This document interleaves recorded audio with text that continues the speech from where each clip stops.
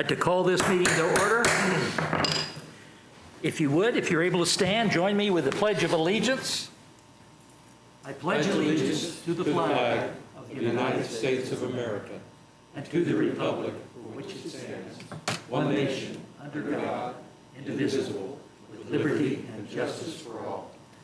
In the preamble to the Missouri Constitution, we the people of Missouri, with profound reverence for the supreme ruler of the universe and grateful for his goodness, do establish this Constitution for the better government of the state. And Jamie Roush is going to offer the invocation. Shall we pray? Heavenly Father, I come before you tonight, and I'm so very thankful for who you are and for salvation and for the grace that you've given to us all. I thank you for this city and for what this city stands for. And I just pray as we move forward tonight, Father, that you will be blessed and honored in all the decisions and the preparation and the moving forward of doing what's right beyond anything else. I thank you so much, Father, for the opportunity you've given me in this city. And I just thank you, Lord, for your love and kindness. In Jesus' name I pray. Amen. Amen. Thank you, Jim. Madam Clerk, would you call the roll, please? King. Here. Whitus. Here. Simmons. Here. Akers. Here. Gaines. Here. Milton. Here. C. Here. Your Honor, you have a quorum. Thank you. We begin our meeting with the public comments section. Do we have anyone signed up to speak? Yes, we do. Alrighty. I'll kind of paraphrase this with not a lot of folks here tonight, but as you all are familiar, and I think, Doug, you are familiar with the process, we'll give you a chance to speak. I ask you to speak succinctly as you can. We do have a recommended 5-minute time limit. On public discussion, once the board starts their discussion, no additional comments will be taken from the audience unless an alderman wishes to call someone back for clarification. Please speak into the microphone, state your name and address for the record. Madam Clerk, would you start us with names? Doug Clark is our first speaker.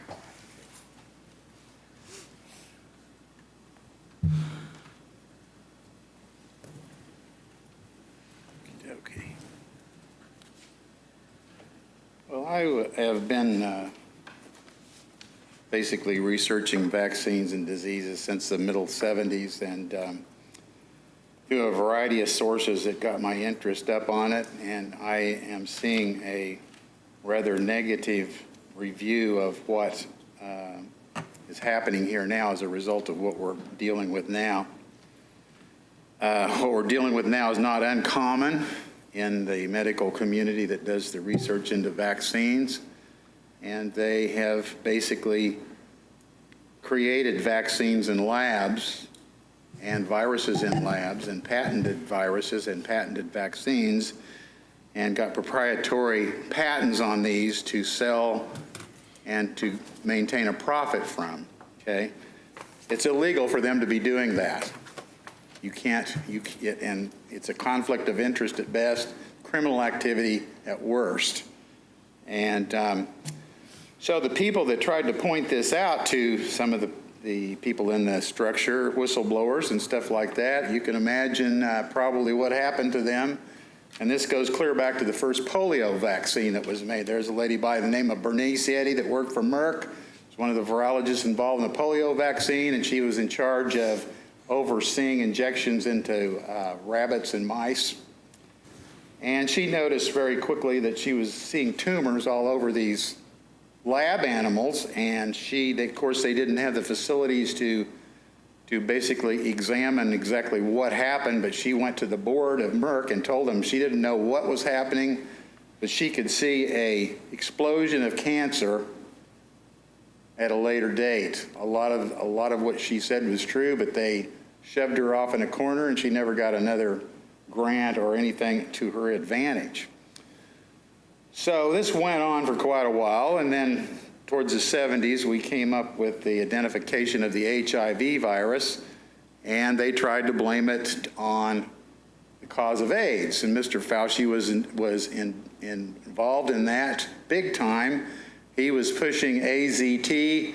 They had another protocol was interferon, and a lady that was doing the research on that tried to push the interferon because it had a better way of working with the virus. And so that was the start of her demise when she went against the protocols of Mr. Fauci, and they basically ended up getting into it basically later in 2009 when she put out a paper that basically said that all of the cancers and diseases that we're having explosions in since the 80s is a result of animal DNA in vaccines. And they use mice, rabbits, cats, cows, minks, everything you can think of. These vaccines have got this animal recombinant DNA intermingled with whatever else is in the vaccine, and it causes a problem not immediately, but over a period of time when a person's system starts getting older. The DNA thing, the one chain in the DNA that oversees the immune system that reacts to that and puts out the antibodies and makes sure that you do not get a disease like that, goes out of kilter. It can happen in 20 or 30 years. So this Bernice Eddy and this other lady predicted that we were going to have a onslaught of different types of cancers, and a lot of them were sarcomas, brainstem tumors, and so forth. And that's basically, if you look at some of the track record on the increase of diseases, it's because we went on a wholesale free-for-all in the vaccine industries. The major medical producers of those got a liability exclusion in 1986 to not be able to be sued by that, and Mr. Fauci incorporated that in there. So what do you suppose that you would do if you had a free-for-all to make as many vaccines, not test them, and then require everybody to take one? Okay, we started out with, the only ones I remember my kids took in the 80s was the MMR and maybe the DPT, and that was it. Now they have 78 diseases they take vaccines for, and they're causing a lot of damage to people. A lot of damage. And Doug, you're at 30 seconds. You have to go into the material records of what these are and look and see what's happening. Now, this book I would recommend. It's a little technical. It's called Plague. This is by Judy Mokovitz and Kent Hickenlively, her lawyer. She got fired from the position she was in. She wrote another book that's out now called Pandemic Corruption. And so she lays out the corruption in the CDC on all of this stuff and how it's occurred through these years to get us to where we are right now. And Doug, your time is up, sir. She's saying that you need to get some alternative information if you're relying on all your sources from the CDC to give you the predicate for making your decisions on. You need to go to some other sources and do the due diligence on research and read what is being said about this, because the vaccine that they're working on now is not very good, and it's not going to be well for everybody. Thank you. Do we have cleaning? Yeah, there we go. Thank you. Are there any other? Yes, Alona Morris. Right.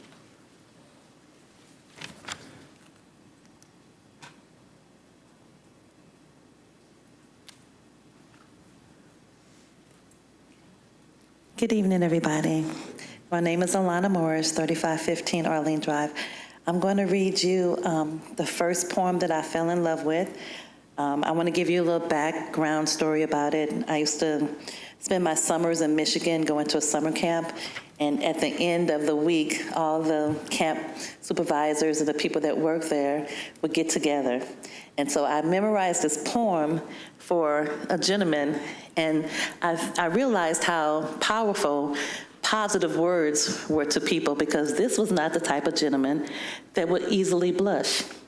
So I was happy to memorize this poem. I don't memorize it now because it's been many, many years, but I'm just going to speak it out loud, and I hope that it touches you all the way that it's touched me and it touched the gentleman that day. Okay, it's by Elizabeth Barrett Browning. How do I love thee?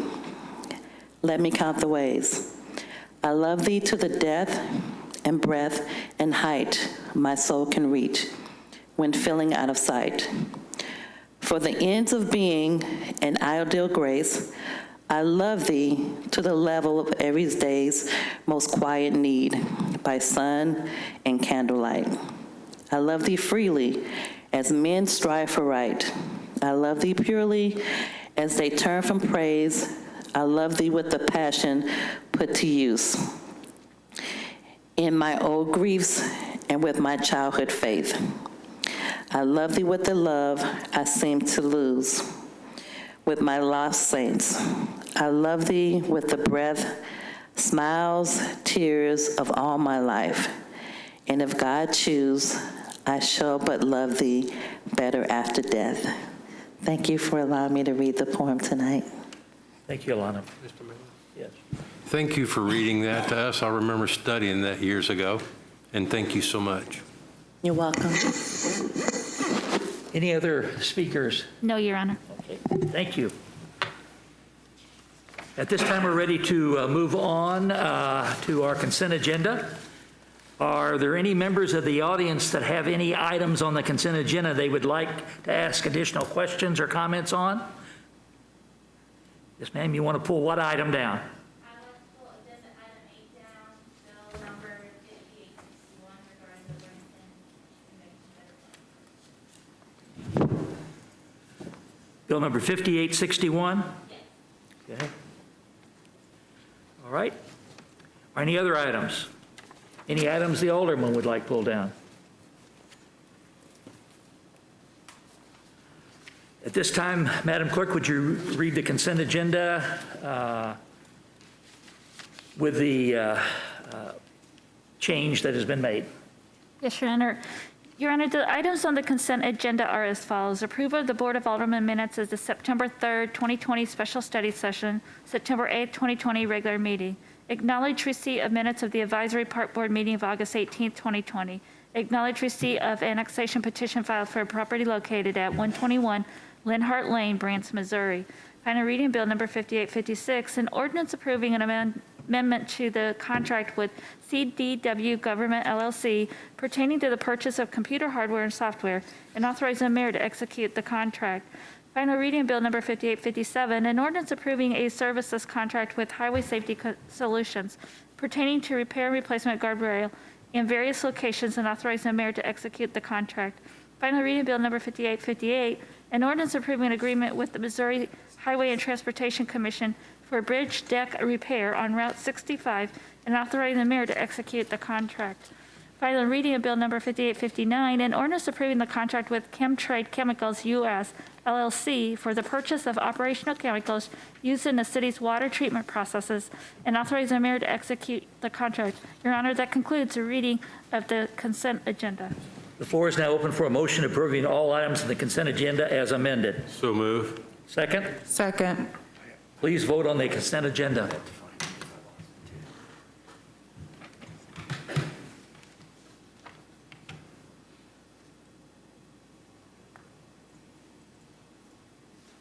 Six aldermen present, 6 yes votes. King, yes. Milton, yes. Whitish, yes. C, yes. Skanes, yes. And Simmons, yes.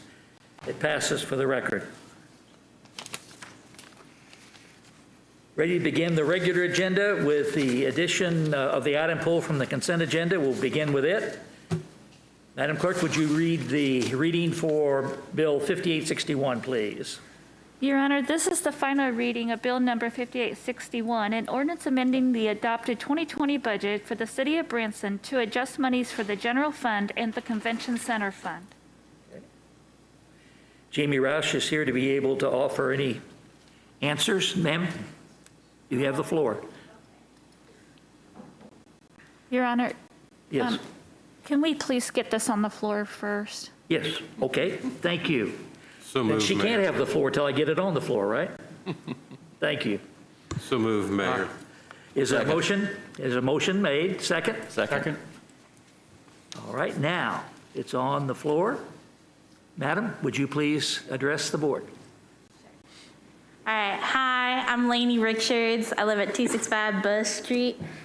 So, good afternoon, Mayor and Board of Aldermen. My name is Lainey Richards, and I'm here to discuss the proposed transfer of funds from the City of Branson to the Branson Convention Center. So, when I first heard about this 2 weeks ago, I was very much against it. The businesses in Branson have been hard hit by the pandemic, and it seemed to me that $300,000 to keep the lights on was way too much. I'm fiscally conservative sort of person. So if you're going to give out money, my thought was that there are a lot of more businesses you could be giving that money to. Things that are not the convention center. But if there is one thing I've learned about being a political campaign manager, it is that you cannot make a decision until you have all the facts. So I met with the general manager of the convention center, Sam, and their sales lead, Jenger, both of whom were happy to explain the costs associated with operating the convention center. First, they're still hosting events, which I did not know about. So it's not like they could just shut everything down and call it a day. Second, they book events 1 to 2 years in advance. Right now, they have to pay people to work so they can host events in Branson late next year and all the way into 2022. Finally, I do have a degree in business management, so I asked about the economic impact. Because visitors coming into town for events, some of which involve thousands of people, are going to contribute to the economy, they will go to shows after the events. They go out to eat for lunch and dinner. They will shop at the landing and Tanger. So these tourists who are in town because of the convention center will spend money at other places. Now, I am always skeptical of the numbers, and I get from the original sources. I learned a lot about risk assessment, and people always tend to put out the most positive scenario. Sam said that they estimate over the next few months the convention center will generate $15 million in economic impact right here in Branson. Now, even if they bring in half of that, we're still talking about $7 to $8 million. The convention center is only asking for $350,000. So instead of looking at this as a negative, I choose to look at this as Branson investing in itself, which we should do a lot more of. I support this transfer because I believe it will benefit us over the next few months. Thank you for your time. Thank you. Permission to comment, Your Honor? Yes. I just want to say thank you for having your own opinion, taking the time to do some research, following up with credible resources, and landing on a solid conclusion. I appreciate the time and effort and thought you've got, so thank you.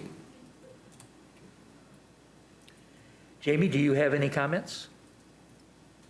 I don't, thank you. All right.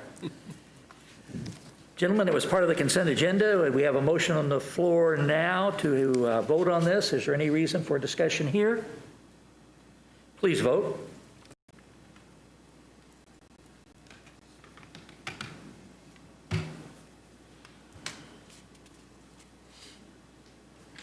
Six aldermen present, yes, 6 votes.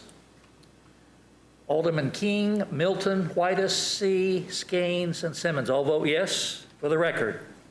Passed. All right. Ready to move on the regular agenda to item number 9. Madam Clerk, would you please? No, it's a presentation, excuse me. We have a presentation on the Christmas lights, and we've got, here comes Keith Francis coming in to give us a report.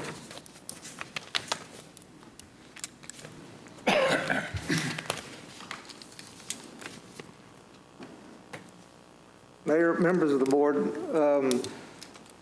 first of all, happy first day of fall. So after fall, we know what rolls around the corners are Christmas lights and all the good stuff there. So anyway, I was asked to put together some of the costs that we incur for our Christmas lights, displays around town, and our other things. And Ann's, yeah, here she is. She's going to come up here in just a minute. We're going to tag team on this. I've listed a few of the options here about what is involved, and I've got some other numbers I can back up all this data with. One of the things we do is we hang our star lights on all the power poles and the light poles around town. The ones down Branson Landing, then K&R Electric, we contract with them to hang the star lights on Highway 76 and some other places around. One of our options here is basically do nothing. Don't hang the star lights, don't do anything, $0. And with our COVID budgets decreased and everything, and all of our spending, putting all these numbers to kind of put it into perspective for you all to review and give us some direction on them.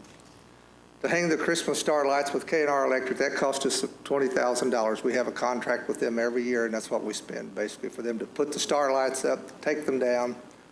And what we always do is we always go through the racks of the lights and replace the bulbs because they get broken when you take them down, banging them together on the racks. Another option is we've been working with the Christmas Coalition and is to put some uplighting in Old School Park. See if I can get this thing to work. There we go. It's right there by Dolly Parton Stampede and Fritz Adventure. I think everyone knows where that is. And I put these location maps in here for Alderman King. After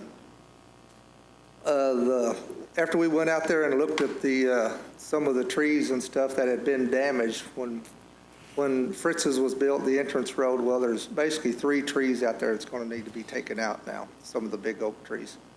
The roots were damaged, and Hanson's has came and met with us, with Cindy's crew, to come out there. And basically, it's going to cost us approximately $5,800 to get those trees taken out, stumps ground out, and removed. That leaves us with about 5 or 6 trees, I believe, left in the Old School Park area after we take those 3 dead ones out. After meeting with our city arborist out there, the critical, let me see if I can get that picture to come up. I'll jump ahead. Right there's a picture of the tree with the critical root zone. Is basically the drip line of the tree. But according to our arborist, you know, the tree roots can extend out past the drip line, you know. I want to say it's 2 to 3 times the, let's get my glasses on here, I'm sorry. 2 to 3 times the drip line distance. And so anyway, she was pretty adamant against putting any trenching in out there to bury the conduits, electric wires, set the pedestals for the uplights. She was pretty against that, said we could cause more damage to what the trees are left out there. So she was totally against that if we could avoid it if possible.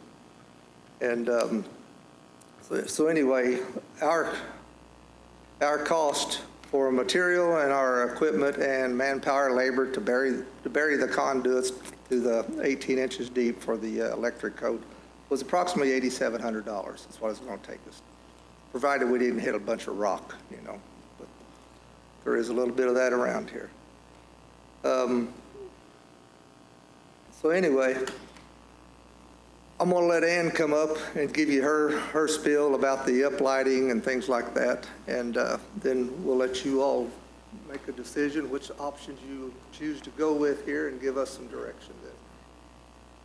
Good afternoon, evening, I guess it is now. Thank you for a little bit of time to talk to you. For the record, we need to... I'm sorry, Ann McDowell, Executive Director with the Branson Christmas Coalition. Thank you. As you know, I've come to City Council probably every year since we started this coalition about 5 years ago, and tried to encourage and inspire and provide some resources for improving the city's Christmas and holiday displays. Before I leave this slide, I want to point out that the images that you're seeing here with the colored trees are lights that Silver Dollar City has been using to uplight their trees for several years now, and they keep using more and more of them. It's a very efficient way to have a big impact with lighting trees. It's also inexpensive, as you can see. So what the Christmas Coalition came to the city with was the exact vendor and the exact lights that are being used. If you've seen any of those gorgeous pictures of the new ride at Silver Dollar City, Mystic River Falls, those are the very same lights we're talking about. It's an S4 is the company, and it's a big PAR LED light that is LED, so red and green are certainly possible, along with about 10,000 other colors, I think. So just a little background, because you all don't think about Christmas as much as I do, I know, and we have Alderman King, who has probably not been familiar with some of these discussions actions in years past. The Christmas Coalition was established in 2015. It's an independent Missouri not-for-profit, and it is supported by about 25 different businesses in the community. So this isn't Ann McDowell, Crazy Christmas Tree Lady. This is some of the biggest and the most successful businesses in our area. Since we started, we've raised close to $500,000 now to enhance the holiday season in Branson. And we don't purport to be the marketing of Christmas. We're only trying to provide new and exciting products so that the CVB can market our community for more visitors, and so that it looks more beautiful for residents as well. So all we do is inspire, encourage, and facilitate these kinds of holiday decor investments, both by our businesses and by public entities like yourself. Last year, for instance, we documented 56 landmark trees, and we call those landmark trees if they're more than 20 feet tall, if they're one of a kind that you can only see in Branson, or if it's a collection of 10 or more trees in one location. We've documented through the Chamber's research with H2R and Jerry Henry that it has about a $20 million impact both of the last two Christmas seasons. So that's $20 million just in November and December. We stretch Christmas out as long as we can, of course, but that's just 2 months of the year. And just the 2 years that we were able to do the research and get those results. Those are people that tell us on the research that they wouldn't have come to Branson if it wasn't for this promise of being America's Christmas tree city. So just a little bit more of my quick recap so that you know what our efforts have produced, a few of the things our efforts have produced so far. In 2017, we were responsible for the Veterans tree that you see at the Veterans Memorial Garden, Veterans Gardens, I think they call that. It's covered with gold, silver, and blue stars representing military families. It's a 30-foot display. We also have provided and we funded this ourselves, the recycled tree, the upcycled tree that appeared in front of the Titanic last year.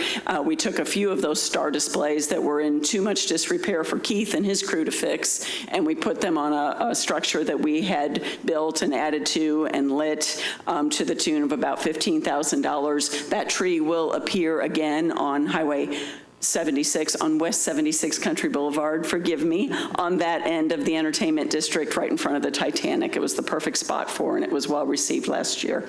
And then this year, just announced yesterday actually, we're creating another new landmark tree for the community that we've called United We Stand. So this is the community's kind of been telling us that they'd like one tree to rally around, and so this is the one, and this is certainly the year to do it. It's going to be at the Branson Ferris wheel. It'll be 39 feet tall. Pete Hershen, who's the founder of the Christmas Coalition, is fairly friendly with Governor Parson, and his request to the governor's office was for Governor Parson to ask for items from all 50 states to decorate our tree in Branson. So that request has gone out. We've got commitments from 12 states already, and we're asking them for unique things that represent their state. There'll also be opportunities for local businesses to provide decor for this tree, as well as residents and visitors to our area. The base of the tree is going to have lit letters that say the words peace, hope, love, and joy. There's a big 6-foot star that's kind of a starburst pattern that will be on top of it. And hopefully soon you'll see this in the newspaper. That's our artist rendering of it, but like I said, it was just released yesterday. We've committed about $18,000 to make that tree happen this year because we think it's a great opportunity to unite both the country and our community for the holidays. So back to uplighting, and what I have come, I think, the last 3 years and encouraged you to not do is put up those star displays again, because they're very old and they are hard to maintain and they're expensive to install, especially on West 76. And I've always tried to find a better use for those dollars so that you can still support the Christmas cause and specifically Christmas trees in our area. And this year, certainly I can save you some money, but given COVID, I understand that every penny is important. But the comparison with the Light Star displays and the uplighting is this slide. They are at least 10 years old. We think maybe close to 15. As Keith already mentioned, they are in some disrepair and take a lot of effort. I know the ones we used on the tree at the Titanic last year cost us about $500 per display to tear the lights off, paint those, and restring them with lights. It's a very labor-intensive process to really have those displays looking good again. Hanging them on utility poles that we're all working to get undergrounded and get rid of in the entertainment district doesn't make a lot of sense to me. And these displays, the pro for these displays has been, well, it decorates the entire area, right? One end to the other of West 76 Country Boulevard. But this year, with our new display at the Titanic, one of our trees, our tree at the Titanic and the new display at the Ferris wheel, I believe the west end of the entertainment district will be covered quite nicely. So Old School Park would kind of help us cover the east side of town as we work to build this bigger and bigger and to include the whole area. And important to note that the $20,000 that I always say we shouldn't spend on stars doesn't include the one on Branson Landing Boulevard. Those are put up by city staff. So Keith has that still in his budget, as far as I know. The great thing about uplighting is that it is state-of-the-art technology. It's brand new. It gets a little bit expensive every time a little less expensive every time we price it, so we love that about it. And of course, it can have a great impact for less than half the dollars. These are programmable light fixtures, and this is a one-time expense, so you won't have that recurring installation cost every year of putting those up on 76. We would recommend that it be a year-round display and to support Christmas, but because these lights change colors, they can be pink in October for breast cancer awareness, they can be blue to support our law enforcement, they can be red, white, and blue on the 4th of July. Anything you can imagine can be done with this kind of lighting in that really lovely park, in one of the few places where we have nice big trees still on 76. And that's what we love about it too. It does highlight our trees and the natural beauty. It's concentrated in a smaller area, but that's what gives it really good maximum impact and visibility. And quite honestly, it refreshes a rather neglected park. I feel sorry for that little park. It doesn't have trails, doesn't have fields, it hardly gets noticed. This would certainly get that park some attention that I think it deserves. So I believe that the arborist with the city reviewed this plan before perhaps she had all of the information. And I want to assure you, standing here as the community's Christmas tree lady, I don't want to kill any trees in Old School Park or anywhere. So we did some research and came up with some of these dimensions. But what I think the arborist may not have understood is that the blue kind of Nike-shaped swoop that you see on my Old School Park photo is really where the power comes from. They're close to the highway, and it's where the fixtures would be installed. So our purpose is for this to be very visible from the highway, whether you're traveling east or west on 76, and therefore keeping those lights close to the highway and showing up on the trees from that direction really, really will minimize the impact to the root structures as I understand it. And yes, they go beyond the drip line, but there's less and less risk for damage the further away you can keep these lights, and they are very large, very powerful lights. We're proposing 12 of them for this cost, so it would be able to light the remaining trees that are healthy and look so pretty in that park. That's all I have. Thank you, Ann. I got one other tidbit of information on the first slide here. I forgot to mention, with the city involvement for all of our Christmas decorations, that's over on Mount Branson, the adoration scene, the Christmas, the adoration parade, everything that we do that helps the community here with their, I can read them off here.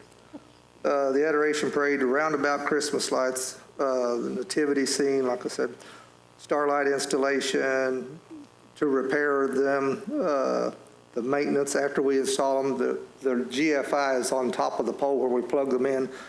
They constantly trip on us. And it's just because they get wet when it rains and the GFI gets wet, so it trips the breaker. So we had to take the bucket truck out, reset the GFI, dry it out good. And so when you see them out, that's what happens. The Titanic Christmas tree, City Hall decorations, City Hall exterior lights, interior, and Fire Station 1. That all comes to about $44,000 and some change, give or take a little. So that's what we currently contribute to the city Christmas decorations around town. So anyway, there are our options. Be glad to answer any questions on this. Keith, do you have any staff recommendations? With our budgets, probably cut out the $20,000, do nothing. All right. That is, I hate to say it. All right, thank you. Is there anyone in the audience wishing to speak to this matter? Any alderman wishing to speak to this matter? Ed? Yes, Mr. Simmons. So you said you were going to do conduit or not? You're just trying to work it around the root system? That's the plan, is to put electric conduit underground. We have to bury it at least 18 inches per code. Gotcha. Excuse me. So people are going to be able to wander back in there without upsetting anything as far as lights? That's the plan, and we'll drill down sonotubes to mount the Christmas lights on. We'll put a stub of conduit up to it to set a GFI breaker right there where the light will plug into.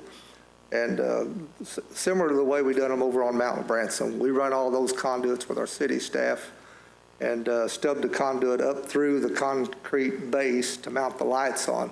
Because you get out there with mowers and stuff with just a piece of plastic sticking up out there, it's going to break them off. Gotcha. So we set it to where it would be permanent and we wouldn't have any problems with it then. Then we'll run a separate breaker panel for all the electric breakers and the lights. Because I'm sure people are going to want to go and get pictures and I'm sure. do the whole deal, so. Yep. Okay, thanks.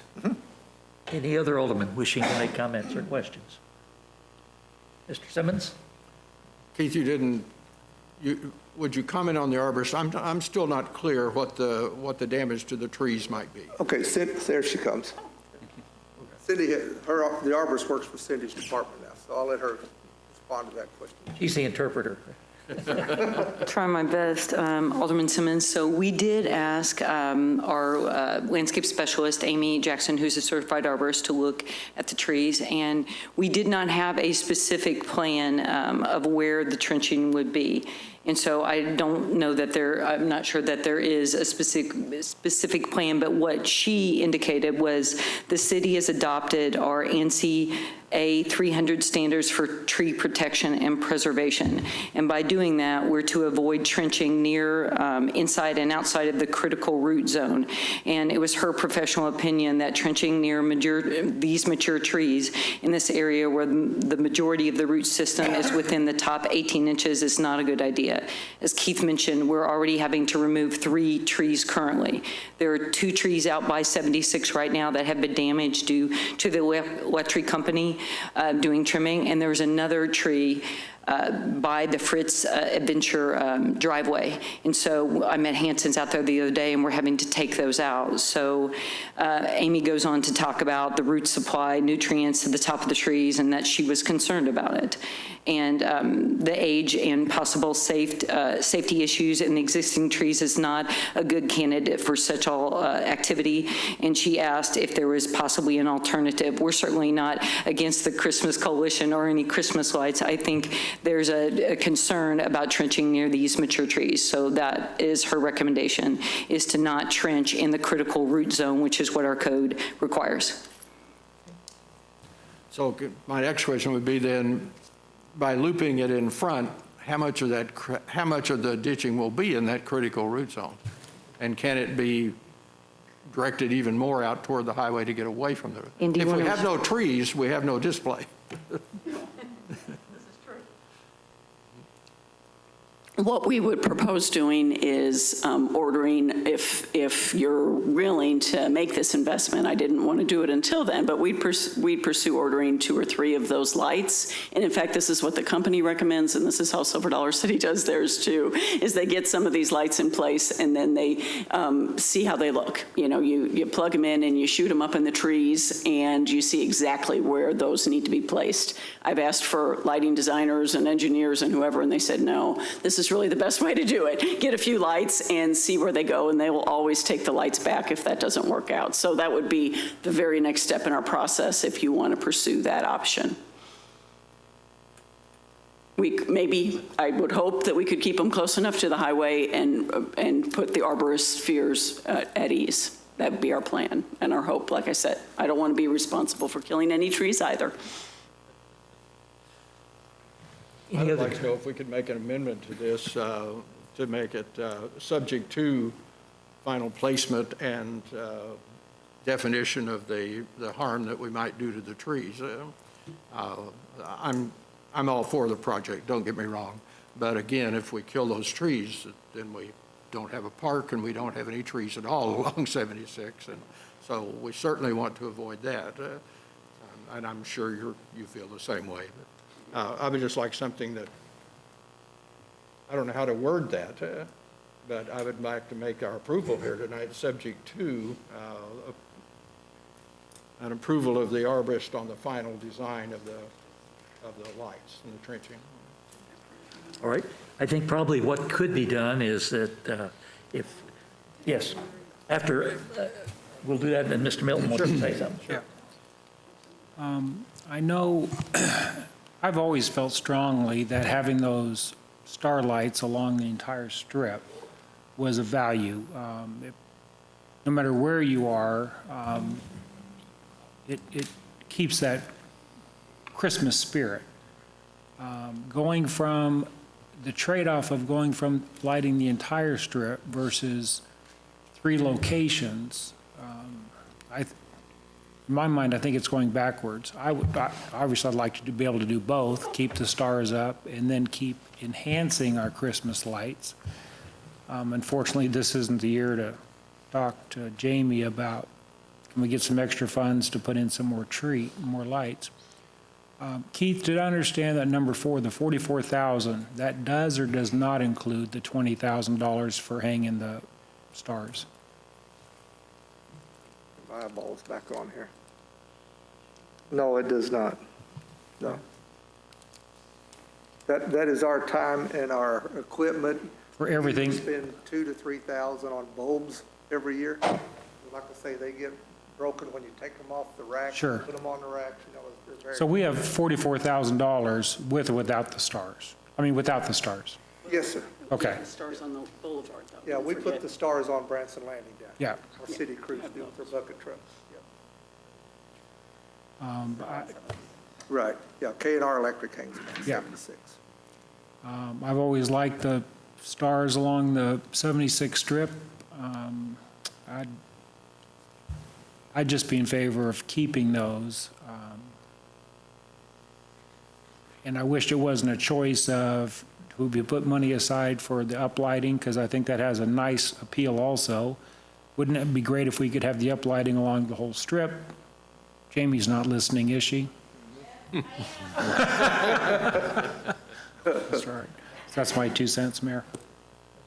I mean, I'd be a Scrooge if I said I didn't like Christmas lights. If people don't like Christmas lights, something's wrong. And maybe I'm getting my own personal feelings in it here, but I like Christmas lights just as well as the next kid does, so. Alderman Whitus? I understand too, the entire strip, but I also know from driving that not every day all those lights are on at the same time either. And it's almost more discouraging to see a star with 2 little lights on or not completely out and then the next one on. So I don't think it looks good because they're never all on at the same time. And it's very difficult to keep them all on. I mean, every time we come in the mornings, we drive those and just to see which GFIs have went out on us. Some of them just wear out. We have to Well, it's the age of those poles too. It's just, oh, yeah. And when they get wet, they trip. Well, and all the lights together, the landing and 76 is about a $33,000 cost for you all every year. And it's a repeating cost, it's every year because of the maintenance that's required and the installation. So I think that's just something to consider for the long term. I wish that 10 years ago, we had maybe come up with a lighting scenario that wasn't quite so labor intensive, and even those displays, I get a catalog regularly, and Keith gets the same one. Those displays are $500 a piece. I mean, the city has invested a lot of money in those displays, and in 10 years of putting those up and trying to keep them in good repair. I would just suggest going forward that you look for some more newer options that are going to be more efficient and more impactful with your money going forward.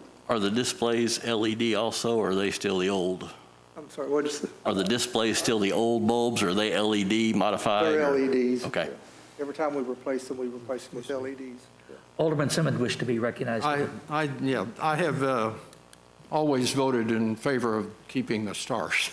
However, we're in an unusual situation this year, and we are trying to save money. I also think that now that we're farther along on the CID out there and working on the project, we need to have something in the plan to work toward as that project progresses and make it uniform throughout the project. And that might take 10 years to get all of that in place, as it may take that long to get the strip done. But it may be time for a new plan, and this might be the time to do it, because I think people would miss it less this year and they would understand why it wasn't there this year than we would normally have a problem with. I hate losing tying in the entire strip. That's all.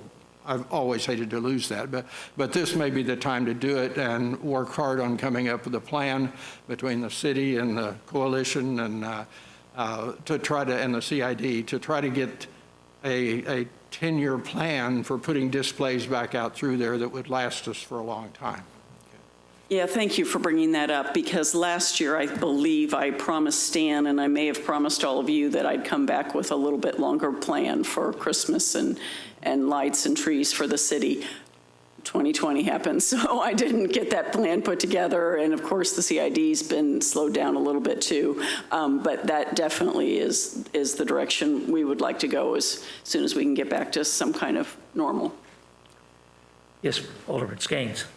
From memory, Bob, didn't we have a discussion a couple years ago that we talked about? Maybe Stan could echo that we were talking about selling off those stars to other municipalities and then finding something else to go in its place and making a change. I remember that part of the conversation, that the stars were blinking out or they were shorting out altogether, and you go down through there, 3 or 4 of them would be out in a row, and it looked kind of cheesy. So I would like to see us start working towards a plan for something a little more efficient and less costly in the long run, if possible. Well, it's difficult for us to sit up here at the dais and try to figure out all the details and plans for this. Stan, you have something you want to say? Yeah. I just wanted to say, Mr. Mayor, that I am not Scrooge, unlike Keith. I would not recommend not doing anything. I know, yes, our budget is extremely tight. I think, though, that, and I'm going to go back to being a kid, and that's what this is, to me, is about. And there's nothing like seeing some kind of lights and some kind of display. Yes, this would reduce our cost from we wouldn't have to spend the $20,000. And so we could come up with the $8,700 out of the $20,000 to do that. I would not ask you all to actually make a recommendation or to vote on tonight. We will bring that back to you if you can just give us the direction that you feel you would like to go. And if it is to go towards the old school park uplighting, then we will get that in the legal realm of how to do it, along with your amendment about making sure the tree roots and the uplighting and all that won't affect that. I completely agree also with every one of you that, because again, I'm going back to being a kid. When I drove down the main street of my little town, we had candy canes and Christmas trees and everything else hanging there. And to me, that was Christmas. And that's why when I talked to Ann about this before, that I want both. I just can't afford it this year. So we do want to move forward with that, but you're right. It's time for us to do something. And we are having considerable problems with the current lighting that we have because of the age of the devices. So it really is more of a situation right now where we might be throwing good money down a bad hole if we just continue to go. So that's all I wanted to say to you all. That would include the temporary placing of those lights and seeing how all that would work? I'm assuming that the companies one and sell is probably will do that, come down and let you see it temporarily and all that as part of their. Yeah, they've offered to give us lights that are fully returnable if we can't work out the plan. Well, my recommendation, if you aldermen are in agreement with it, is to ask this to be given back to staff to come back to us with a recommendation. From my standpoint, I'd love to see budget cost reduction. And if, however you might do that. Right now, it appears that we're spending about $64,000. Is that correct? And so if that, see a budget reduction from 64,000 and make a recommendation. Is anyone here that seem palatable? All right. We're in agreement. I think we've covered the topic. Thank you very much. Thank you.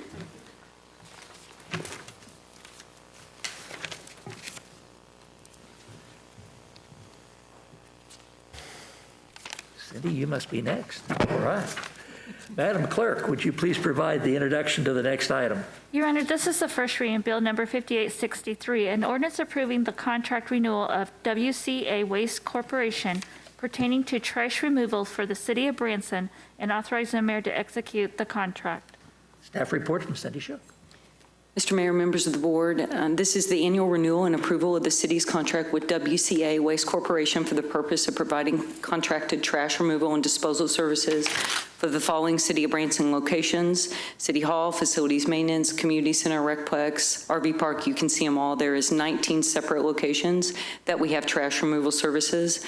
This is the first renewal of a 4-year agreement with WCA Waste Corporation to be approved and reviewed annually by the Board of Aldermen. WCA has agreed to hold their pricing again from 2020, which allows us to renew their contract in 2021. Staff recommends contract for fiscal year 2021 with WCA Waste Corporation in amount not to exceed $27,274. This amount is based on past and anticipated future usage. This bid item meets city specifications and was within budget, and funds are budgeted in the proposed 2021 operating budgets. Staff recommends approval of the bill. I'd be happy to answer any questions. You've heard the reading of the bill and the recommendation from staff. Do I have a motion? So moved. There's a motion. Is there a second? Second. There's a second. Anyone in the audience wishing to speak to this matter? Any alderman wishing to speak to this matter? Alderman King. Yes, I was reading the scope of work that's being provided, and the only thing that stuck out to me is right now the scope of work in this contract accommodates 2 recycling center locations. My assumption is that that would be amended based on the city's plan to take over the recycling. Sure, Alderman King, during COVID times, we were able to reduce trash removal a lot. I mean, I didn't have it picked up at City Hall. We're not having it picked up at the recycle center. So all we need to do is provide notice. In fact, I just was talking to Keith today as the recycling center is going to temporarily open. So we'll start that back up, but we're able to kind of adjust as we go. Thank you. Thank you. Good catch. Any other comments? This is kind of this session is a lot of nuts and bolts, taking care of contracts and things that we have to do to operate the city. So appreciate the input and looking over the material. All right. Sensing you want to vote, please vote.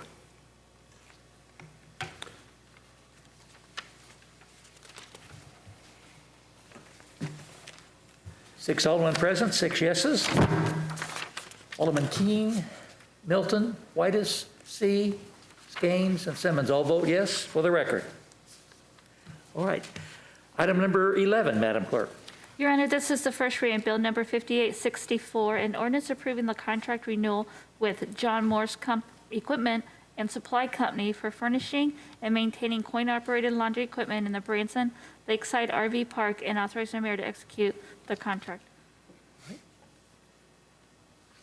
Begin with the staff report from Cindy Shook. Mr. Mayor, as you mentioned, this is the time of year that I bring annual contracts to you all, and this is another one of those. This is an agreement, an annual review of the city's contract with John Morse Equipment and Supply Company for the purpose of providing and maintaining coin-operated laundry equipment for RV guests at the Branson Lakeside RV Park. This agreement is the first renewal of a 5-year contract to be reviewed and approved annually. It is a coin-operated laundry, if some of you all seen it down there in our laundry, and it's a very popular amenity, as you can imagine, with our RV guests. Staff recommends approval of the contract with John Morris Equipment Company for fiscal year 2021. This contract allows for 56% of the commission on the washer and dryer bin, which is not a change from last year. In fact, it's not a change from many, many years. The revenue anticipated for this contract is about $8,600, and there are no expenses. The contract was reviewed and recommended for approval by the Advisory Park Board. Staff recommends approval of the bill. I'd be happy to answer any questions. You've heard the first reading of Bill 5864. Do I have a motion approving this bill? So move. Second. And there's a second. Anyone in the audience wishing to speak to this matter? Any alderman wishing to speak to this matter? Yes, sir. Just a clarification question. Cindy, does that money go back into the parks? Absolutely, in the campground. Okay. Alderman Milne? See, I just wanted to comment that I reached out to Scotty's Trout Dock and asked their opinion of how their visitors felt about that. I got 2 thumbs up. Oh, that's great. Yep. Thank you for managing that. All right, please vote.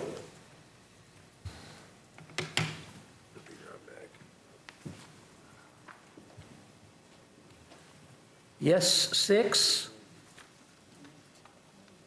Julia King, Larry Milton, Jimmy Whitus, Jeff C., Bill Skanes, and Bob Simmons all vote yes for the record. Passed. Madam Clerk, please introduce item 12 with the file. Get off the microphone here. Your Honor, this is the first read of Bill number 5865, an ordinance approving the contract with Snell Grove Outdoor Services, LLC, pertaining to mowing and weed eating services, and authorize the mayor to execute the contract. Begin with staff report from Cindy Shook. Mr. Mayor, members of the board, bids received on August 24th for contracted mowing and weeding for the city of Branson for a period of 1 year for the Departments of Parks and Recreation, Public Works, Utilities, and Fire. The bid reflects mowing of 46 different parks, city facilities, and buildings. 3 qualified bids were received for the contracted mowing and weeding for the city of Branson. The qualified bidders are listed below. Snell Grove Outdoor Services, $59,760. MP Lawn Service, $61,668. And Pro Lawn, $64,746. This bid reflects mowing for an estimated 37 weeks, but it is a change from previous years because we've cut it back to mowing every other week to save money. The contract allows for 3 additional successive 1-year agreements if the vendor agrees to maintain pricing. Staff recommends approval of the contract with Snell Grove for fiscal year 2021 in the amount not to exceed $59,760. This bid item meets city specifications and is within budget, and funds were budgeted in the proposed 2021 operating budgets. Staff recommends approval of the bill, and I'd be happy to answer any questions. You've heard the first reading of Bill number 5685. Do you have a motion? Do I have a motion to approve this bill? So moved? Second. Second's been made. Anyone in the audience wishing to speak to this matter? Any alderman wishing to speak to this matter? Just a real quick question, Mr. Mayor. Cindy, this is just grass cutting, weeding, eating, and stuff like that. Yes. The basketball court in Bob's, my subdivision is, let's say it's been hit pretty hard by falling limbs and leaves, and the squirrels, they like throwing black walnuts around pretty heavy over there. Does any of that taken into effect with these individuals cleaning that, or is that just parks? No, that would just be us, Alderman Skanes. So, please let us know if there's work we need to be done to take care of that. I believe when they weed eat, they do blow off the areas, but it is not, the city of Branson canceled our contract for 2020, and we have different departments doing mowing. So, but if there's work that needs to be done, I'd be happy to take a look at it. There's just a lot of kids who go over there and play ball. Sure, and walnuts are dropping right now. Walnuts are flying everywhere, yeah. Alderman C.? So who's doing it currently? Is it Snell Grove or? No, so We actually canceled our 2020 contract, which is with ProLawn. ProLawn had been our contractor since 2015. And we canceled it in order to save money and started mowing ourselves. And so currently the parks staff and public works staff is mowing all 46 locations. And so that has been, a strain at times to do that, but certainly we're grateful to be working and those kind of things, but we would love to resume having a contract to help us out next year, at least every other week, if that kind of explains it. And I was going to look it up, but where is Snellgrove from? I've heard They of are it. actually out of Sparta, and I met with him because I didn't know him either. He had bid for one of utilities contracts, but I had a great meeting with him to vet him. He's out of Sparta. He's currently mowing 45 different commercial properties now, and I followed up with a couple of the references, one in Branson and one in Springfield, and they gave excellent references. Good. And it's nice to see them all in the neighborhood on pricing. Yeah, it is. I mean, usually we get this. Yeah, this will actually be a savings over last year's, before it canceled, of $32,000 by cutting back and mowing every other week. Good, thank you. Did I read that even during furlough, there were staff still volunteering to keep up the mowing? Yeah, we definitely, we were able to keep that up. Public Works and Parks we have struggled at times to be able to do that, but we're all grateful to be working. But yeah, we've had people come in and we have supervisors mowing all the time. And so we were grateful to continue to not be furloughed and working. And so that has been a great thing. And it was easier when things were, we didn't have as many activities going, but we're making it work. And we're probably mowing every other week right now to be able to keep up with things, but it's worked out. Thank you.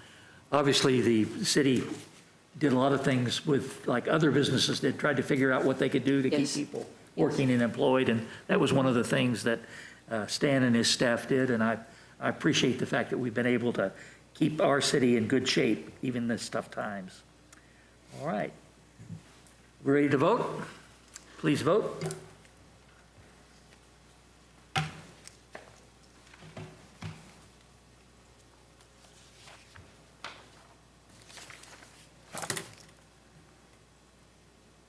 Yes, 6. Alderman King, Milton, Whitus, C., Skanes, and Seminole vote yes. For the record, passed. Item number 13, please, Madam Clerk. Your Honor, this is the first reading of Bill number 5866, an ordinance approving the contract of Pro Lawn and Landscape pertaining to tree trimming for the city of Branson and authorizing the mayor to execute the contract. Staff report from Cindy Shook. Mr. Mayor, members of the board, 4 qualified bids were received on August 26 for contracted tree trimming services for the city of Branson. The bids were received for the following companies for a charge per hour for tree trimming and debris haul-off. Pro Lawn and Landscapes, $165. Zanescapes, $180. Forestry Services, $235. And Hanson's Tree Service, $250 an hour. Tree trimming and tree removal was performed throughout the city of Branson and parks and city properties when necessary. Staff recommends a contract to the low bidder, Pro Lawn and Landscape, for fiscal year 2021 in an amount not to exceed $21,000. Just to clarify, that doesn't mean we'll spend $21,000. That authorized spending up to that. So it's only necessary when we have to remove trees. The bid item meets city specifications and is within budget. Funds are budgeted for the various departments in the proposed 2021 operating budgets. Staff recommends approval of the bill. I'd be happy to answer any questions. You've heard the first reading of Bill 5866. Is there a motion to approve the bill? So moved. Do I have a second? Second. You have a second? Anyone in the audience wishing to speak to this matter? Any alderman wishing to speak to this matter? Alderman C. So were we using Hanson's now? So Hanson's was our, last time we had a contract with them was 2019, but they were our contractor for many, many years, Alderman C. And then this year, in 2020, the low bidder was Pro Lawn. and they were at $175 an hour. So this is actually a reduction of that. They asked for that contract to be canceled because I think they were trying to recover some funds during the shutdown. So we've not had a contractor during this time. So Prolon, we went out to bid again, and Prolon is the low bidder, even $10 cheaper than this year. So that's great. Gotcha. Yeah, because you mentioned them as far as the uplighting. Yes. So they were giving you a recommendation or? Yes, we reached back out to Hanson's because during this time that we didn't have a contract, we agreed to, kind of work with Hanson's, who agreed to hold their pricing from 2019. Gotcha. So that's why. Okay, thank you. Any other questions, comments? Please vote.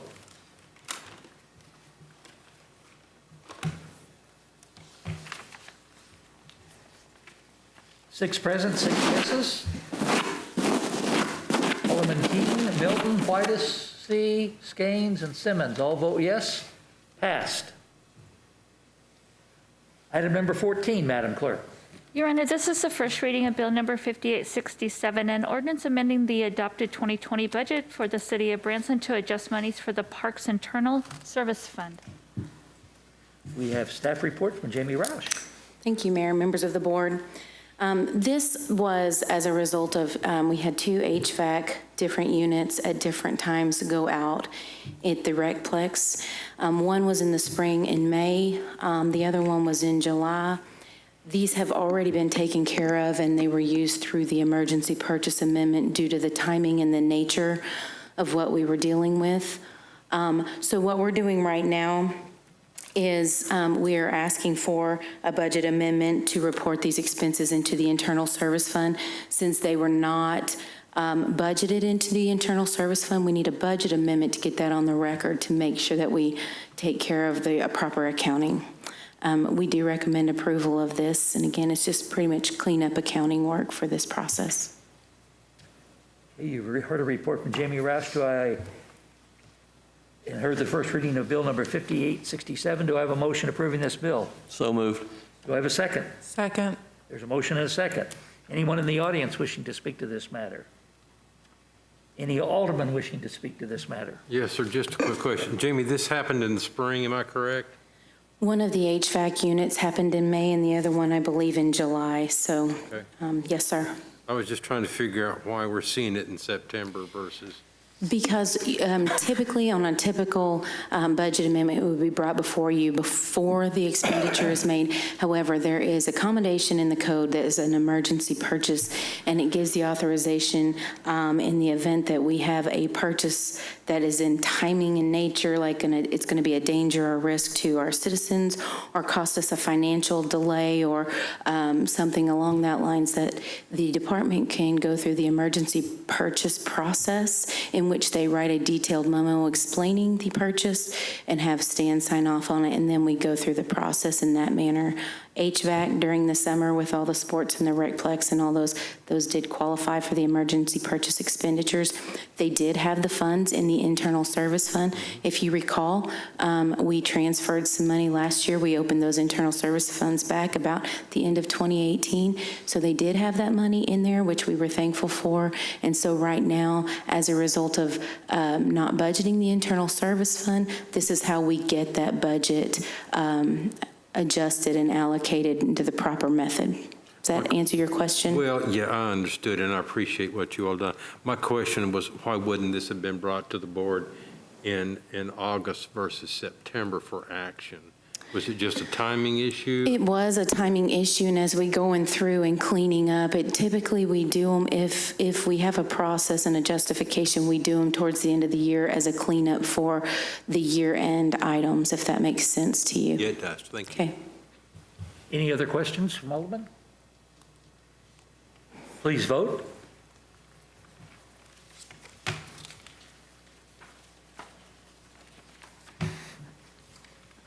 Six present, 6 yeses. Alderman King, Milton, Whitus, C, Skanes, and Simmons all vote yes. Passed. Approved. Begin with item number 15, Madam Clerk. Your Honor, this is the first reading of Bill Number 5868, an ordinance amending the adopted 2020 budget for for the city of Branson to adjust monies for the Water Sewer Capital Fund. Staff report, Jamie Roush. Thank you, Mayor and members of the board. This is another budget amendment. This is for the business, the Aldi up there on Branson Hills. It's the construction of, they are in need of the public sewer main improvement out there, and that's a $66,000 expense. If the board elects to approve this budget amendment, then the Taney County sewer sales tax has already said that they would turn around and reimburse us. So the net effect is a zero effect. I know Mike's going to speak here in just a few minutes on the project itself, but this is a budget amendment so that we can make sure the budget is actualized with the expense, knowing that the revenue is going to come in and offset that. So it would be a $0 effect to the budget, and we do recommend approval of this. All right. You've heard the first reading of bill number 5868. Do I have a motion approving this bill? So moved. Is there a second? Second. All right, motion and a second. Anyone in the audience wishing to speak to this matter? Any aldermen wishing to speak to this matter? Just a real quick question. Jamie, how long do you expect that it would take Taney County to reimburse us? 30, 60, 90, 120 days? I usually ask that same question because we really need to be reimbursed within the same year. Right. And they do a really good job about turning it around. I'd hate to put a definite timeline, but if I was estimating the time, it'd be between 30 and 60. They do, I think they do a great job of turning it around fairly quickly. My question was going to go towards make sure it came back in before the end of the year. I watch for that, and I'm pretty stickler to that because we really need to make sure that it works out like that. Thank you. Any other questions or comments? Please vote.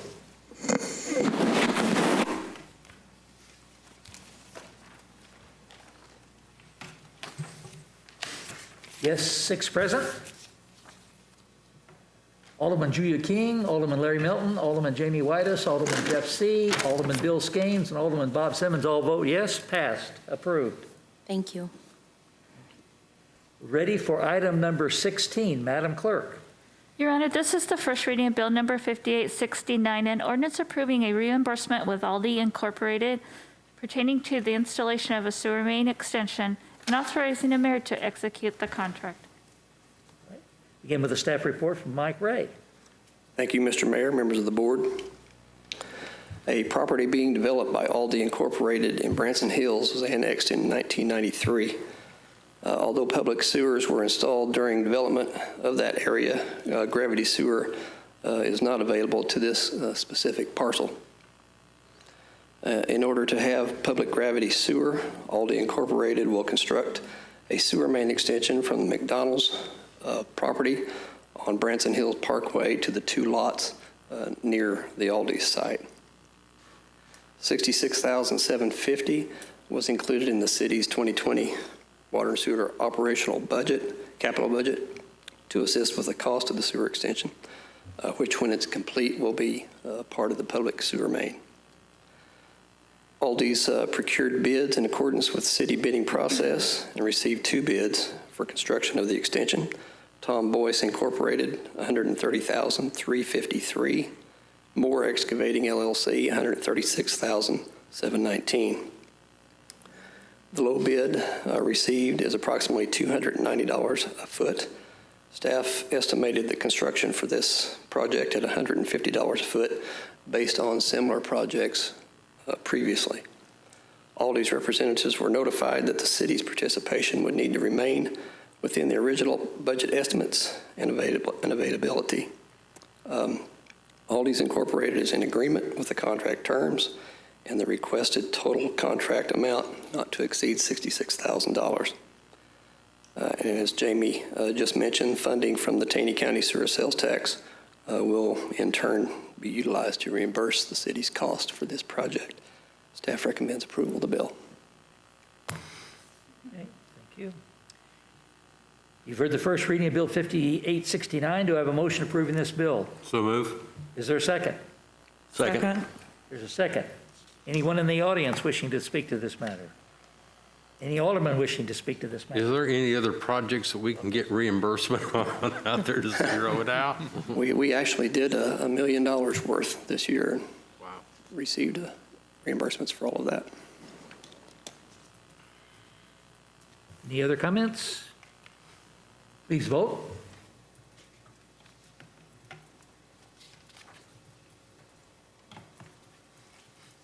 6 present, 6 yeses.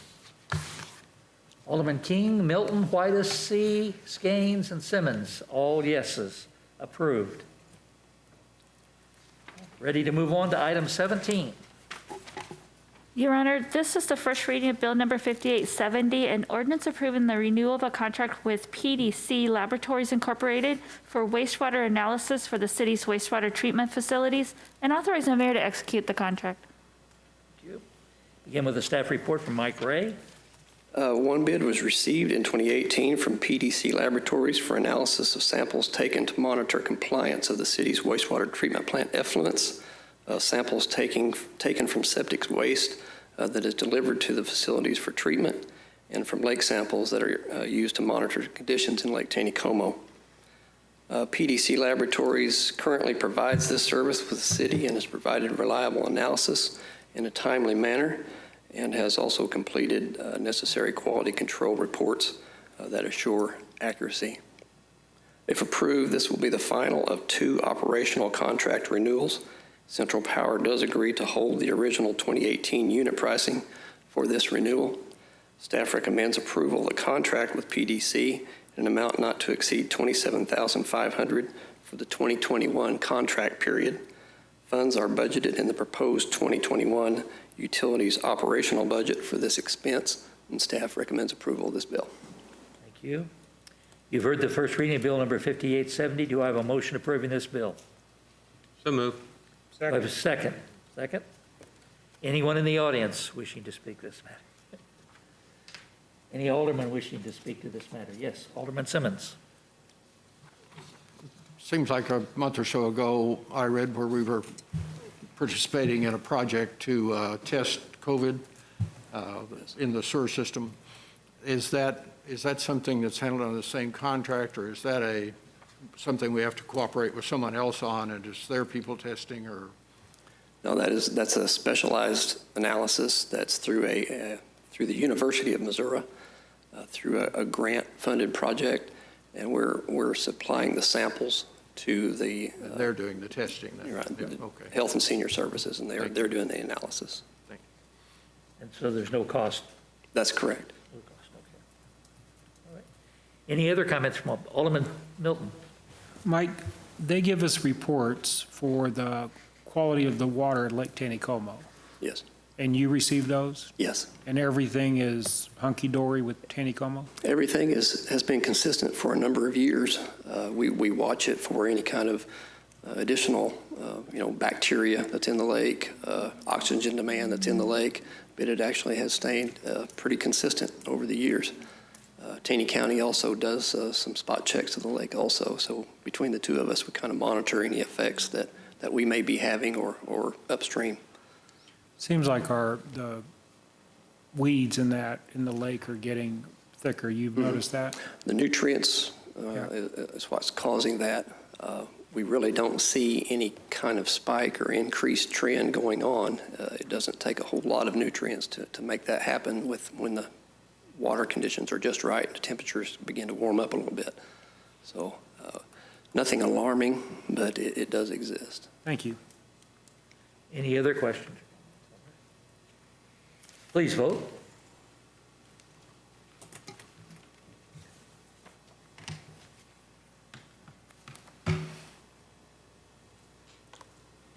Six present, 6 yeses. Alderman King, Milton, Whitus, C., Skanes, and Simmons all vote yes. Passed. Moving on to item 18. Your Honor, this is the first reading Bill Number 5871, an ordinance approving the renewal of a contract with Central Power Systems and Services for generator and backup pump maintenance for the utilities and fire departments, and authorizing the mayor to execute the contract. Begin with the staff report from Mike Ray. We did receive 2 bids in 2018 for scheduled maintenance and repair. 22 emergency backup generators that are located at city lift stations, and 2 backup emergency pumps, and then also 7 generators that are located at fire stations and water towers used by the fire department. Central Power was the low bidder at $85 an hour and $95 an hour after hours, $75 for inspections and evaluations, which we will not have to do in 2021.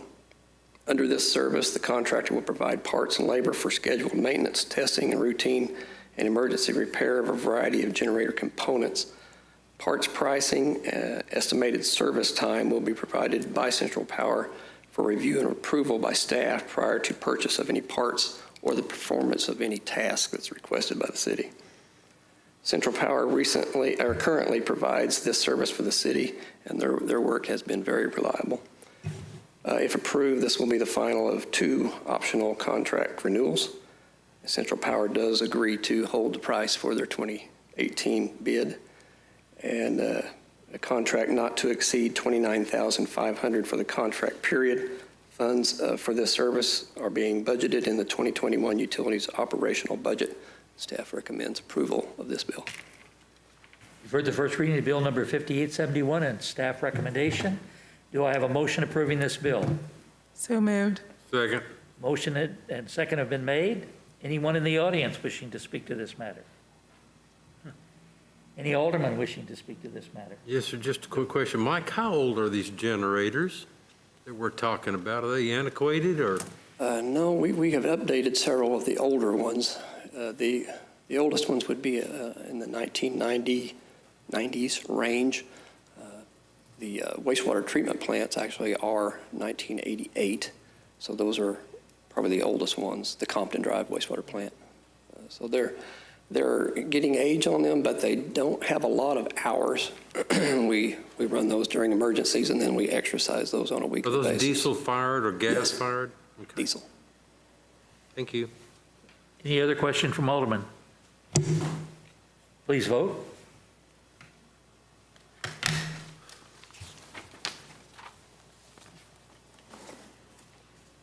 There are 6 present, 6 yeses. Alderman King, Milton, Whitus, C, Skanes, and Simmons all vote yes. Passed. Thank you, Mike.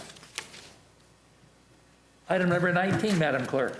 Your Honor, this is the first reading, Bill number 5872, an ordinance approving the 3rd renewal of the services contract with Specialty Air Conditioning Services Incorporated pertaining to HVAC maintenance services for the city and authorizing the mayor to execute the contract. Keith Francis, reporting from staff.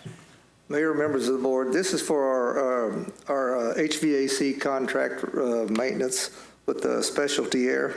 Originally, we received bids in August 21st of 2017. We had the option to renew this contract up to 3 additional successive 1-year contracts. This is the final option renewal allowed for this request for bid. The amount for this contract is $75,000. Staff recommends approval. Be glad to answer any questions. You've heard the first reading of Bill 5872 and with staff recommendation. Do I have a motion approving this bill? So move. Is there a second? Second. Motion and a second been made. Anyone in the audience wishing to speak? Any alderman wishing to talk? Yes, sir. Quick clarification. Keith, is this pay on performance? If they don't provide the service or they don't have to provide the service, then we're not charged? Or Correct. Is this a monthly amount? Yeah. If it's $80 for regular working hours, $120 for after hours then. Okay. Thank you. Was there another bid received by Night Heating and Air, or was that for something different? That might have been something different. I thought I saw 2 bids, one from Night Heating Air and then one from Specialty Air. I don't remember offhand. I'd have to look at that and get back with you, Alderman King. Okay. Well, this is the 3rd year of a 3-year contract. Right. Where they kept their pricing the same. Yes, sir. All right. Yes. And so back in 2017, there might have been 2 bids. Yeah, there may have been back then. Yeah. I'd have to go back and look. Okay, no need, thank you. Oh, okay. All right. Thank you.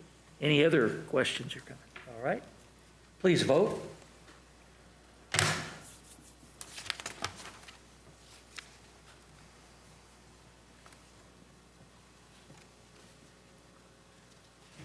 Six present, 6 yeses. Alderman King, Milton, Whitus, C., Skanes, and Simmons all vote yes. Passed. Ready for item number 20, Madam Clerk. Your Honor, this is the first reading of Bill Number 5873, an ordinance approving the second renewal of the services contract with Bills Electric Incorporated pertaining to electrical maintenance services for the city and authorizing the mayor to execute the contract. Staff report from Keith Francis. Mayor, members of the board, this is for our electrical contractor, Bills Electric. Originally, we took bids on October 4th of 2018. The amount of this contract is for $13,900. This is the second renewal on this contract. Staff recommends approval, and we're glad to answer any questions. You've heard the first reading of Bill 5873 and a staff recommendation. Do I have a motion approving this bill? So moved. Do I have a second? Second. There's a second. Anyone in the audience wishing to speak? Any alderman wishing to speak? Same question, Keith. Is this paid to perform? You don't, Yes, sir. they don't have to work, Right. we're not charged? Right, Okay. right. Please vote.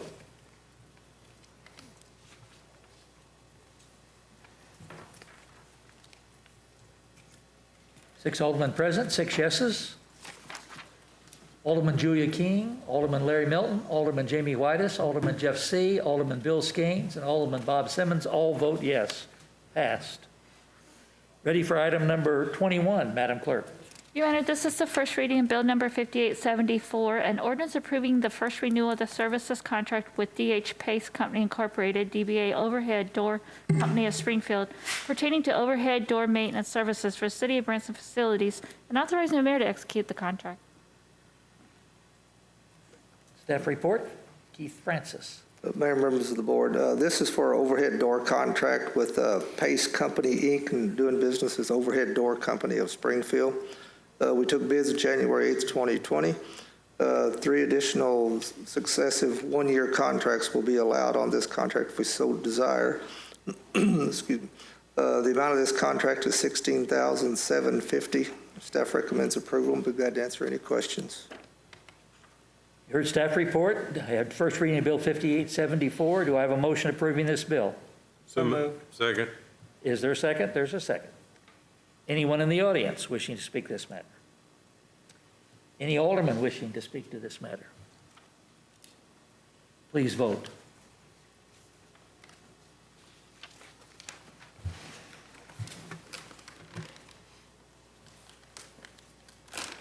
Yes, 6 present.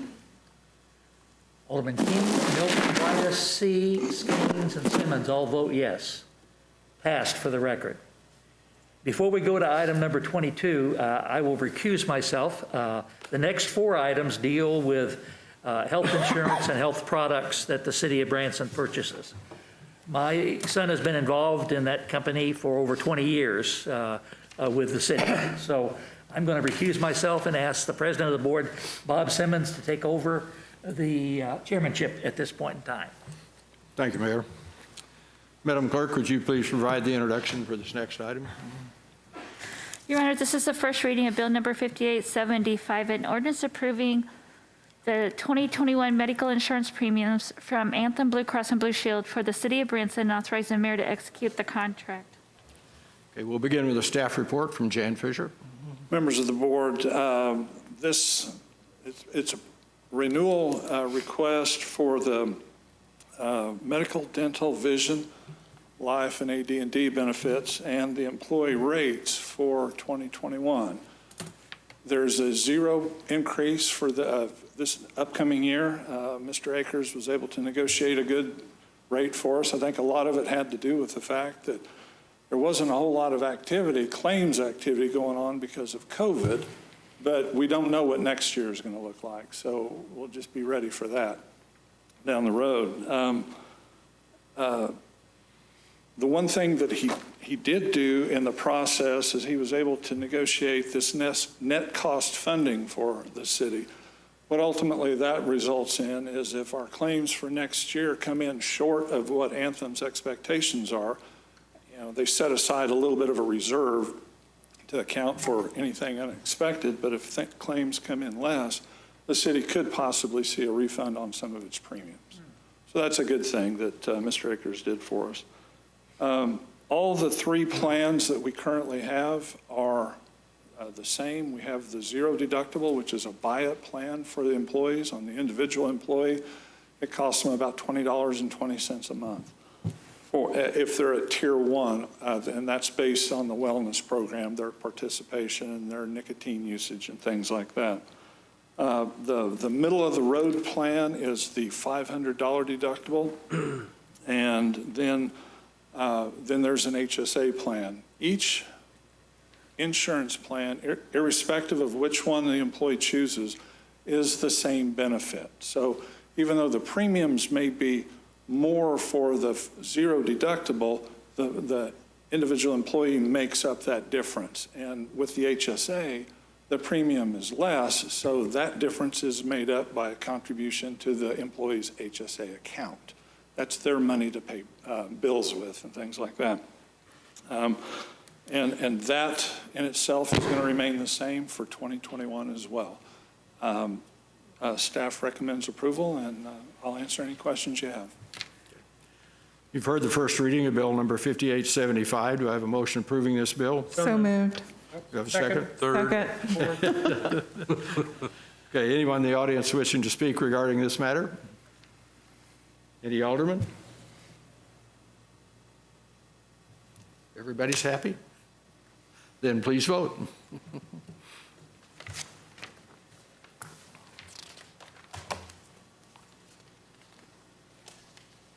We have 6 yes out of 6 aldermen. Julia King, yes. Larry Milton, yes. Jamie Whitis, yes. Jeff C, yes. Bill Gaines, yes. Bob Simmons, yes. I do retain my vote for Alderman Ward 1 when I'm chairing the meeting. So, Madam Clerk, would you please provide the introduction for item number 23? Your Honor, this is the first reading bill number 5876, an ordinance approving the 2021 life and AD&D insurance premiums from Anthem Life Insurance Company for the City of Branson, and authorizing the mayor to execute the contract. Okay. We'll begin with the staff report from Jan Fisher. It's the flat rate as well, just like all the rest of them. The life, AD&D, vision, everything we've got for employee benefits for 2021 will be a flat increase. Okay. You've heard the first reading of bill number 5876. Do I have a motion approving this bill? So moved. Second. Third. First, second, and third. Anyone in the audience wishing to speak regarding this matter? Any alderman? Yes, sir, I have one question. Jen, one of the things that we talked about, you guys were going to change out the card from Central Bank to another company, which didn't charge a fee or something per month. That's right. Okay. That's going to come next board meeting. The Okay. contract information that we got was a little delayed. All right. And it was based on their insurance requirements and things like that. So we'll have that for next meeting. Thank you, buddy. Okay. Any other? Okay, please vote.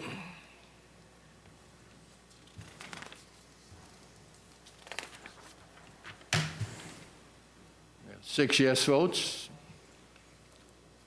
Julia King, yes. Larry Milton, yes. Jamie Whitis, yes. Jeff C, yes. Bill Gaines, yes. Bob Simmons, yes. Item number 24. Madam Clerk, would you please provide the introduction for this item? Your Honor, this is the first reading of bill number 5877, an ordinance approving the 2021 dental insurance premiums from Delta Dental of Missouri for the City of Branson. Okay, we'll begin with the staff report from Jan Fisher. Again, it's a zero increase from 2020. We tie the dental and the vision programs together. The vision is solely paid by the employees, so it's not a part of this. But the 2021 dental rates will be flat for next year. Okay. You've heard the first reading of bill number 5877. Do I have a motion approving this bill? So move. Do I have a second? Second. Okay, anyone in the audience wishing to speak regarding this matter? Any alderman? Yes, sir. I think I probably should have asked this question. We had the medical premium discussion about a possible decrease. Does that also apply to these in 2021 as well? As far as a decrease goes? Yeah, let's say that there was a 10% drop off, and I can't remember. Well, in that respect, I don't anticipate any increases for the following year, if that's what you're asking, because we locked in another additional 2-year rate at this. You know, we'll come back next year with a flat increase as well. Okay, thank you. Any other questions? Please vote.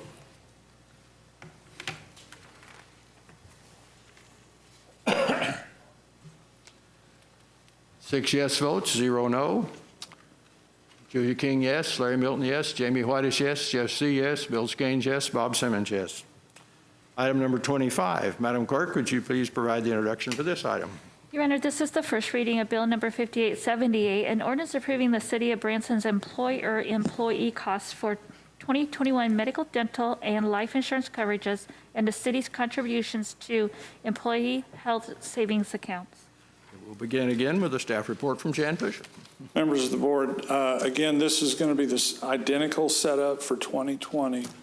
The primary emphasis to point out is that there are 3 tier levels for the employees. It's based on their participation in the wellness plan and or whether or not they use nicotine. If they complete all the factors, they get into tier 1. If they complete 2 of the 3, they get into tier 2. And if they use nicotine or don't do anything, they're in tier 3. And irrespective of what option they choose for coverage, it's based on their tier level. They get the same benefit irrespective of which plan they choose. Okay. Thanks, Jan. You've heard the first reading of Bill number 5878. Do you have a motion approving this bill? So moved. Do we have a second? Okay. Anyone in the audience wish to speak regarding this matter? Any aldermen? Hearing none, please vote.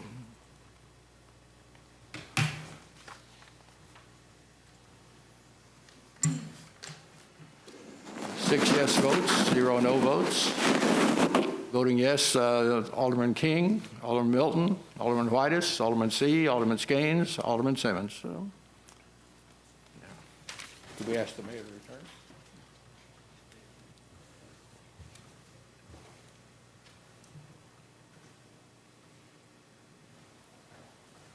You miss me?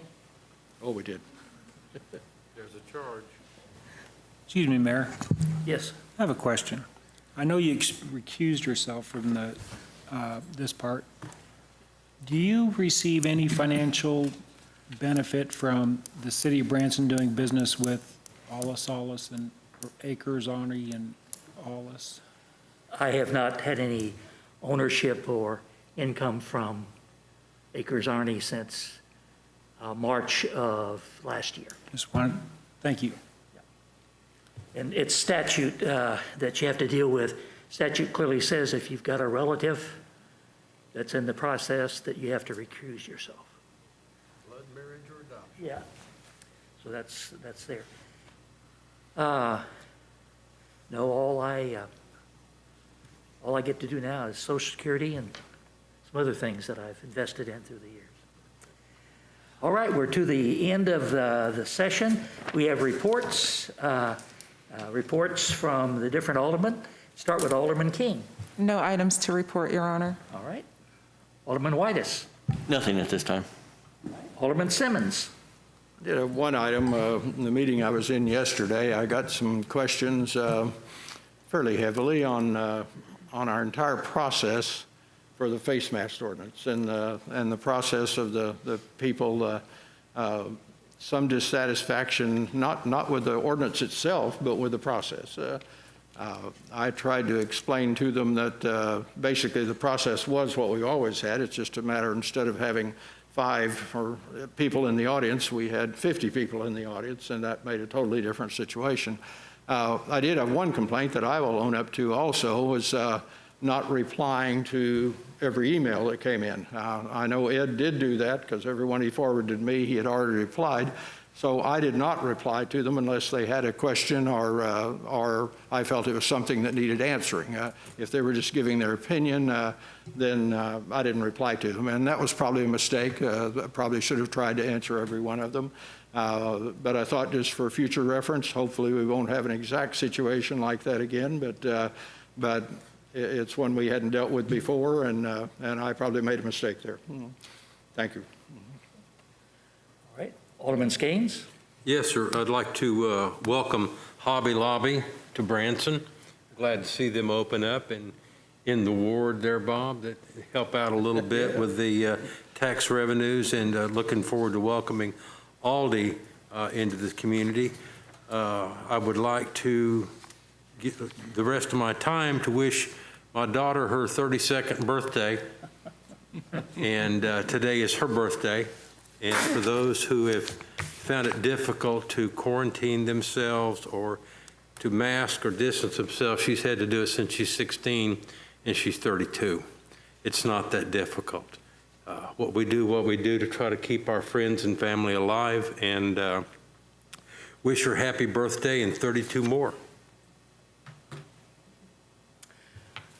Alderman Alderman Milton, I'm sorry. I just wanted to briefly take a minute and thank our staff and appreciate the fact that they are bringing these annual renewals up and getting them done early in the year. We're in September, we're renewing next year's contracts. And I think that's I'm very complimentary of that and not waiting till the last minute. So thanks, staff. Okay. I'll just acknowledge another successful, 47th annual Autumn Days downtown. I talked to one of the ladies involved, and she said it was pretty successful. And I've made a lot of friends with the opening of the recycling center. a lot of good comments. Had a lot of people on my list. Administrator Dobbins. No report, Mr. Mayor. No report. The fact that the recycling center is going to be opening this Wednesday? Tomorrow. It'll be opening till we can get it ready for the county to take over the operation and all the equipment and everything at their site, which they will have supposedly out by the transfer station. All right. Mayor's moment. Thank you, Laney, for doing the homework and research. I wish everyone that came to speak to us would take some time to really get some information and understand exactly what goes into it. So thank you for doing that. I really do appreciate it, taking that time. I'm just going to read something. I'd sent this out before, but it just seems it's been a difficult time for a lot of people, and it's important that I think that we keep things in perspective. And I wear face covering in public for 3 reasons. Humility. I don't know if I have COVID, as it is clear that people can spread the disease before they have the symptoms. Out of kindness. I don't know if the person I am near to has a child battling cancer or cares for their elderly mom. While I might be fine, they might not. And for our community, I want my community to thrive, businesses to stay open, employees to stay healthy. Keep a lid on canvas on COVID helps us all. And that's all I have to report tonight. This time, they're going to get a motion to go into executive session. Mayor, Is there an alderman wishing to make that? I'll move to go into closed executive session pursuant to 610.021.2 RSMO for real estate. Second. There's a second. Please vote.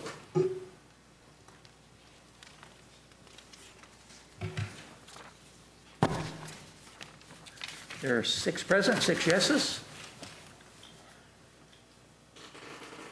Alderman King, Alderman Milton, Alderman Whitus, Alderman Say, Alderman Skanes, and Alderman Simmons all vote yes. That's the end for adjournment. Thank you to Mr. Simmons for taking over and finishing my part of the meeting. Thank you. Mr. Mayor, I make a motion that we adjourn. Is that what we need to do? We need to make a motion to adjourn. So moved. Second. Third. Call for the vote.